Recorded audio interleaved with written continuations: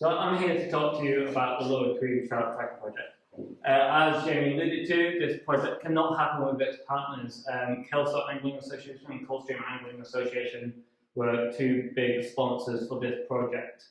We also had equipment donated by Marine Scotland and the Rivers Trust through these. Without these, this project also wouldn't happen, and these are quite expensive bits of kit. There was also helpers on the night for catching the fish. Most of that was just allowing us to go down to the river in our trucks and put out a load of equipment where not every time we were allowed to do that, so thanks for that. Also, Tweed boatmen around the Tweed have allowed us to place receivers on their beats. We put them in ways that they don't get involved in the angling, but it's just good to know that they've been looking after them as well. And there's been a lot of riparian owners out with the Tweed boatmen as well, which have also been kind enough to allow us to put receivers in their bits. We'd like a bit of a spoiler alert here. We are actually going to be doing this project again this year. I'll get into the reasons for that in a minute or two. But if you'd like to get involved, especially on the angling side, we'd like more anglers to get involved this forthcoming year. We didn't get enough last year, and that was my own fault for that.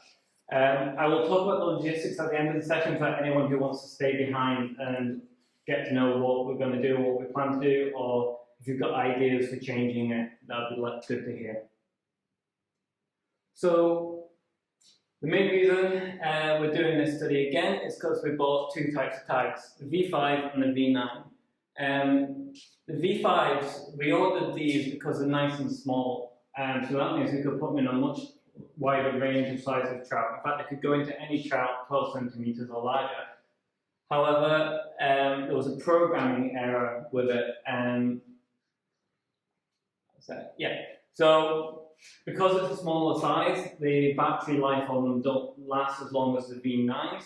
So what you can do is you can get them programmed to turn off and turn on at periods. So I've got them to turn on for 2 days to make sure the tag is working. Then we asked them to turn them off for 3 months while they're in the river, sat in a pool. We don't want to collect that data. And then should turn on for the spawning run in September and then stay on for the spawning run all the way up to December. However, because the programming error, it skipped the turning off period of 3 months. So in actual fact, the battery life was 125 days, not 172. The good news is we still got some data from them, so it wasn't complete loss, but not all the data we wanted to. So this coming year and this last year, we will be using V9 tags. In fact, we've got, thankfully, they've already arrived in time. And they really are, quite small comparatively to a lot of tags that we can get. We're going to have 40 of these tags, so that's twice the amount of tags as we did last year, which means that we'll get twice the amount of information. We'll be looking for sponsors for these because they've not got funding for them yet, so if anyone would like to sponsor a tag for next year, let us know. That'd be very much appreciated.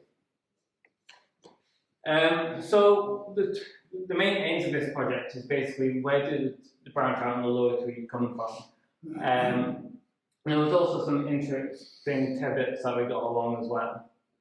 So for those who don't know about the Tweed is located on the southeast of Scotland, right beneath Edinburgh, and you can see it's quite a sizable catchment. In fact, it's probably one of the catchments which is the most complicated in Scotland. In fact, we've got so many major basins and tributaries within the Tweed that there's a lot of potential area for trout spawning. In fact, all the small all the blue burns here are potential areas for trout to spawn, and the red areas is potential areas where they're most likely going to be feeding during the summer. So you can see the lower Tweed is circled there, and so there's a lot of area that they can come from. We do know from some fish counters located on the bottom of the Gala Water and Philiphoff Cold and Ettrick and Yarrow, we do know there's a lot of trout movement from the tributaries moving downwards. So this here is the Philipov Cold. We actually have a fish counter located next to the building, the fish can't get up above that cold without going through our fish pass. And at the top of that fish pass, we have a fish counter which has video where we can count the number of fish going up, salmon and trout.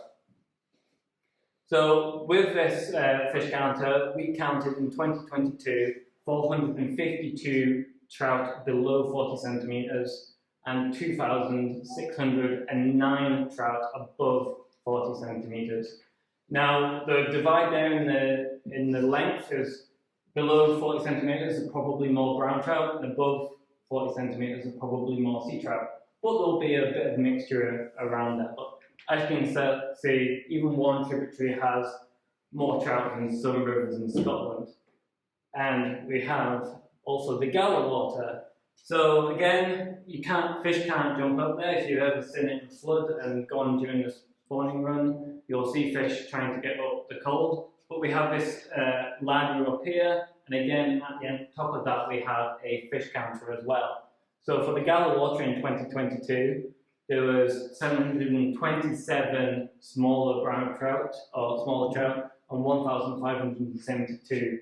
So these have gone down during spring, and feeding somewhere on the bottom of the Gower water, or somewhere in the Tweed, or if it's a sea trout, somewhere out at sea, and then they've migrated all the way back up during the autumn to spawn. And I'd just like to show you a video of what we can see from.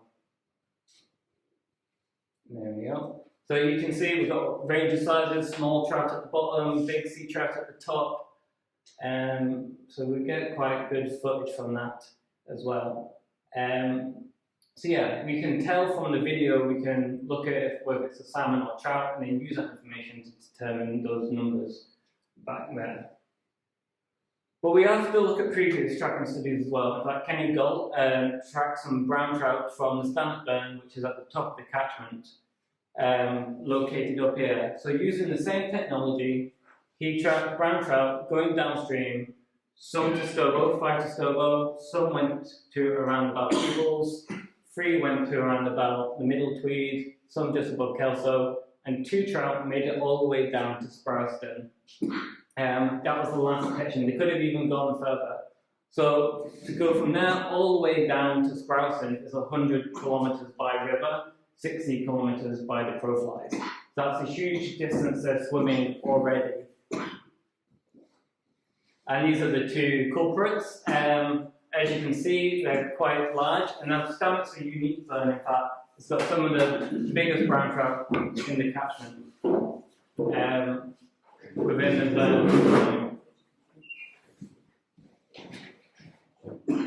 So why is this sort of information important? Why do we want to know where the fish come from? Well, this is a picture of the Stanhope, and you probably notice it's a lovely, lovely burn. It's about 5 to 10 meters wide at the bottom, and then it gets smaller as we go up. We actually put a temperature logger in there in 2018, and this is the temperature profile. In fact, in 2018, during that heat wave, temperature was getting up to 22 degrees Celsius. Just to put that into perspective, that's the temperature that it needs to brown trout to get thermally stressed.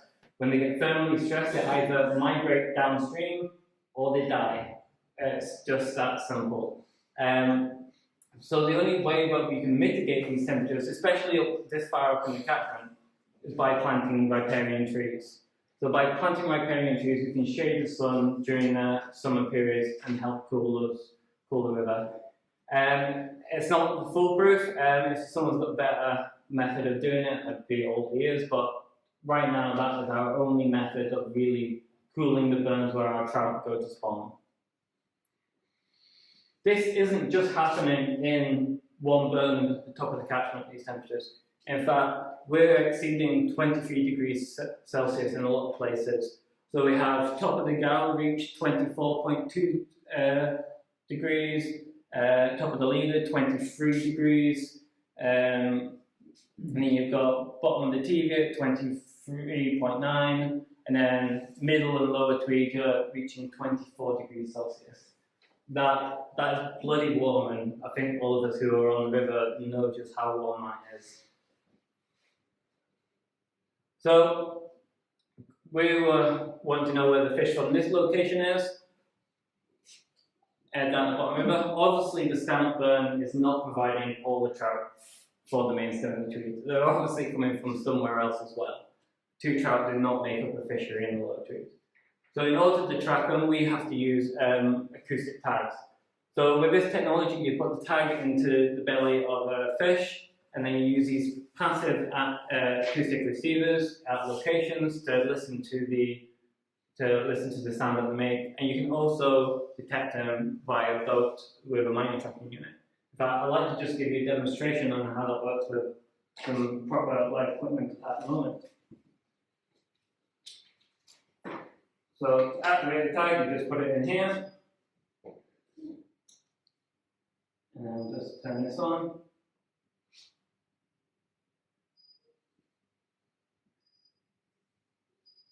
So that's it, hearing the tag right there. That's that beep. So if we use this, so this is our manual tracking box, and if I put this hydrophone next to the tag, you can hear the tag right there.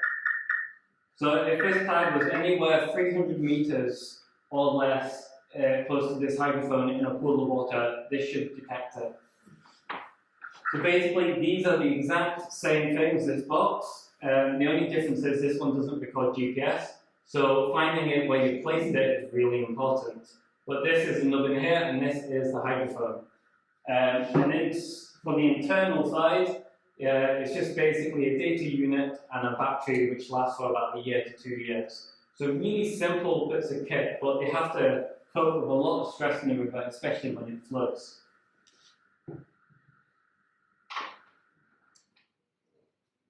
And once it hears a signal, it records a numerical code into the bot. So we'll know what fish was where and when it was there. So if we don't put a receiver somewhere, we won't know that it's there, basically. So this is the oxen, and this is where we place one of these receivers, just under the bushes. You want to basically hide them underneath a bush, just to make sure people don't fiddle with them. So if a trout is anywhere in this pool, it will be detected during the summer. However, once you get rainfall and the river runs up, the amount of noise that you get from the river decreases the detection distance to, it can be anywhere between 10 and 300 meters. But when it's low flow like that, it's perfect for detecting them. Not perfect for the fish, though. We did do a bit of manual tracking. We did do a manual tracking smolts from the Gala water. The results of that, James will be writing it up at the moment to go in our annual report. So basically, we went on a boat all the way down the Tweed, all the way to Berwick Harbour over 2 or 3 nights. We did detect some of the trout, but they'd only just been tagged and they were still roughly in the same location. You can also use this box, put it into a backpack and look like you're war in Vietnam, and then you just walk down the river and keep the hydrophone in the water, and then if the tag is nearby, you should be able to hear it. So for these passive ones, you carefully put them out into the river, you don't throw them, Susie. Well, luckily in this location, because it's so deep, you can actually just lob it in. Yeah, so this is just above Kelso Cold, and it's a good pool area, so it should get really good detection rates just above that cold, even in the flood, because it's such a long pool. Sometimes it's not deep right at the bank, so you have to take it out. So here's a lovely video of James struggling with a 40-kilogram weight as he carries it out into the middle of the river. So here you have to attach it to the bank via a rope, and it has to be 40 kilograms or more, because if a tree comes down in the middle of the river, the receiver goes with it, and you do not get it back unless you go snorkeling. But yeah, so he just takes that out. So this was at Gala Foot, just beneath the Gala water. So this was a receiver we put out for the smoke run, but later on we put another receiver out for the trout as well. And you can see there how far I have to go out to get a good depth in order to be able to hear it. But again, in that sort of thing with good glides, it's pretty good detection frequency up there. So you can see the receivers. Where did we put them? So every black dot there is an acoustic receiver which we put out. So we had some at the top of the Tweed and Stobo, Glenmorrison. We had one at Galliford where you've just seen James get wet, basically. We had 5 on the Teviot, the Kale, the Ox and the Ale, the Rule, and 1 at the Teviot Head. We had some on the Till, 1 above and below Twisel Fold. Then you had the Glenwater, 1 just downstream of Wooler. And just in case the trout did something really crazy and went all the way downstream to the tidal zone, we had 1 at Ladykirk, 1 at Horncliffe, and 1 at the bottom of the Whitadder, just in case they did something you don't expect them to do. We also had this core area of receivers in the Lower Tweed as well. So here we had receivers just at the bottom of the Teviot, 1 at lower floors, which you saw Susie throwing the receiver out, 1 on the Eden, 1 at Walk, 1 on the Leap, and 1 at Telmouth.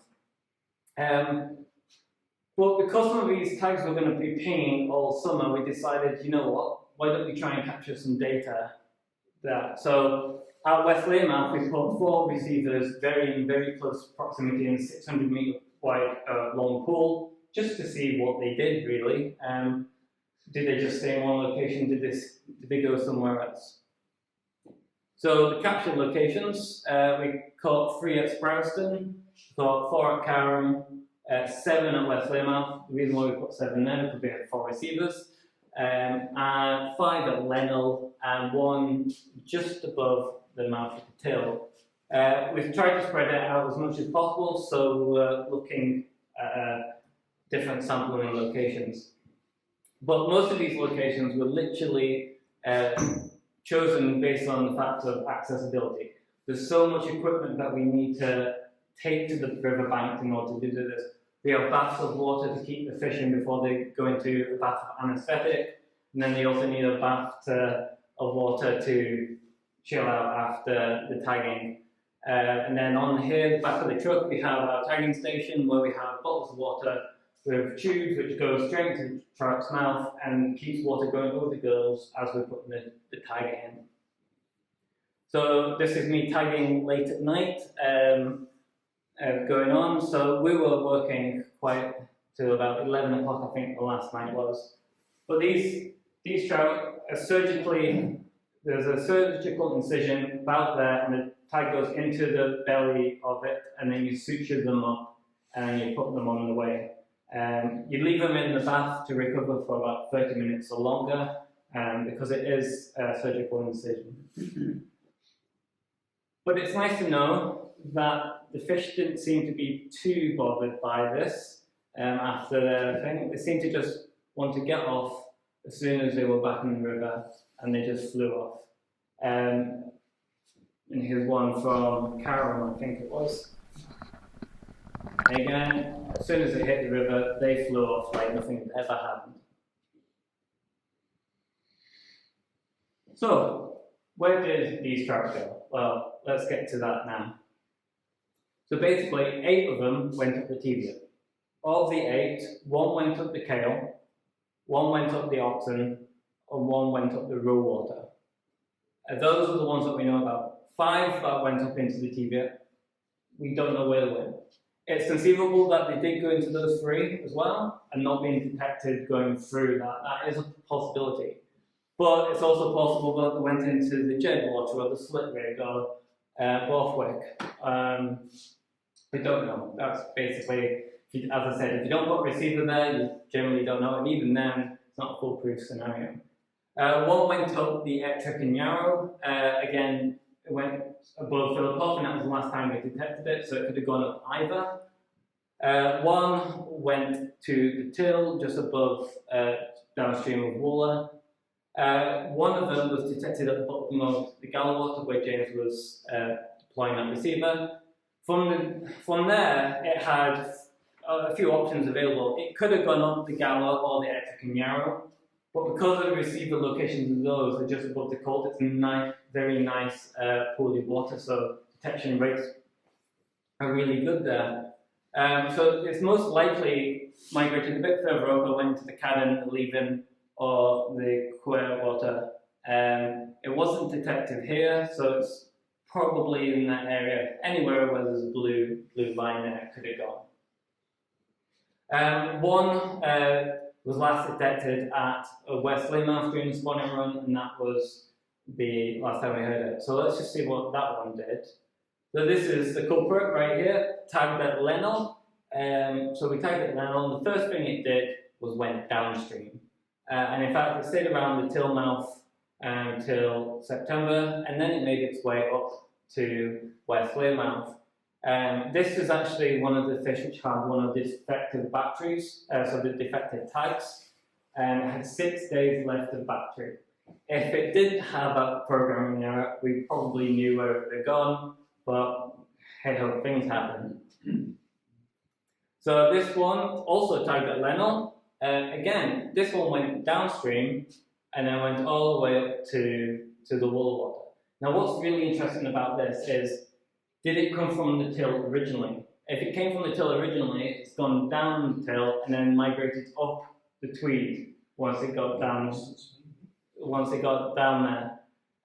The other alternative is it's come from a different part of the catchment and just continually migrated downstream over the summer and then decided, you know what, I'll just go up the till. And that's how you get repopulation in there and genetic variation, genetic mingling between populations, so they're not just stagnated. So that's two ideas, don't know what it did, but it's interesting. So this fish went up into the rural water, so it went into the rural, started migrating in October, and went into the rural water late October, came back down in early November, and it went back to roughly the same location.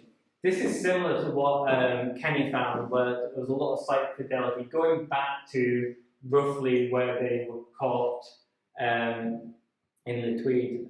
So going back to the same feeding locations. So this individual went up into the Kale water, again, late October, spawning in the Kale, came back down in early November.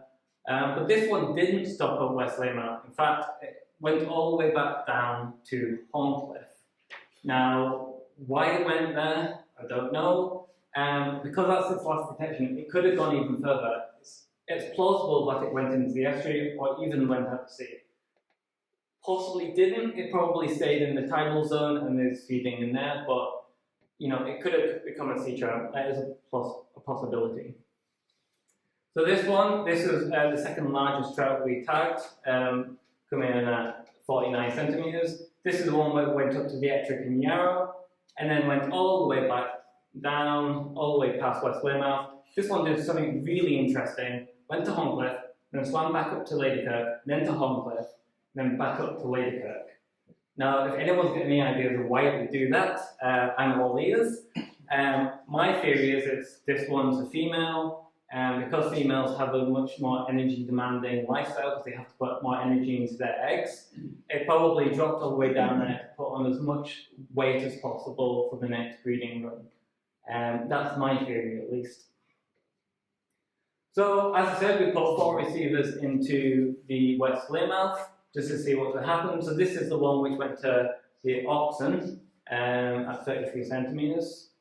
So what you're about to see is an animation of what it did over the summer. So the blue dots are where we have the receivers, and then this is basically a snapshot of a week rolling on through the summer. Where it's white, it's most likely to be in that sort of area. Where it's blue, it's less likely to be. So what did this trout do at West Weymouth? So during July, during the heat wave, it's staying pretty much up here. No, it's getting detected down there a little bit. Now early August, it's staying much up here, but now it's actually staying around here, and then it's kind of oscillating back and forth those 2 top receivers there. And it did that until it basically went to spawn in the Oxon. So this trout really liked this sort of area of the pool. So the next question was, do all trout at West Weymouth do the same thing? So let's look at this one, the one that waited to become a sea trout, or possibly not. So what did this one do?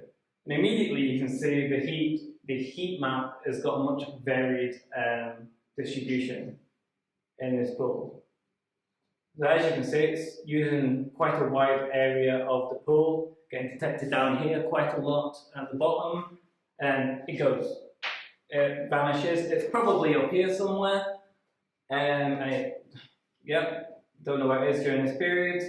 It could be anywhere. Now it's coming back downstream during this week, and it's detected on all the receivers, and then it goes again. And then it should come back, again spending most of its time up at the top of the pool. Again, last detection before it goes on its spawning migration. So this one has gone up to the kale, and now we're going to watch it come back down and see it just be detected on the rest of the receivers. So two very different strategies within the same pool, and these fish are only a couple of centimeters different in size. It's not a size sort of difference within their feeding strategy or behavioural strategy. So if we want to start planting trees, we've got such a large area to cover. Top of the tibia, top of the kale, top of the gala, all leader, are all perfectly reasonable places to plant. But from a coal stream or Kelso's Angling Association's perspective, we know that a lot of their trout are coming from this sort of area here. So this is maybe where trying to protect the lower trout tweed at the moment looks like somewhere in this area. This is still a huge area, and so we need to narrow it down further. So the best thing to do is using a heat map. So these maps are designed and created by Marine Scotland with the use of the temperature logs that we have throughout the Tweed. In fact, you saw the dots of them earlier. By using those, we can then determine what temperatures are in what streams within our catchment and the rest of Scotland. And as you can see, the ale up here is reaching 23 degrees, that thermal stress sort of detection. The slit rig and the TV head is also quite warm as well. But we definitely know that the kale, the Octum, and the Rule Water are all places where the trout definitely came from. So maybe it's those three tributaries of the TV that needs to be focused on. Thank you very much for listening, and I will take any questions that you've got. Okay, so the next factor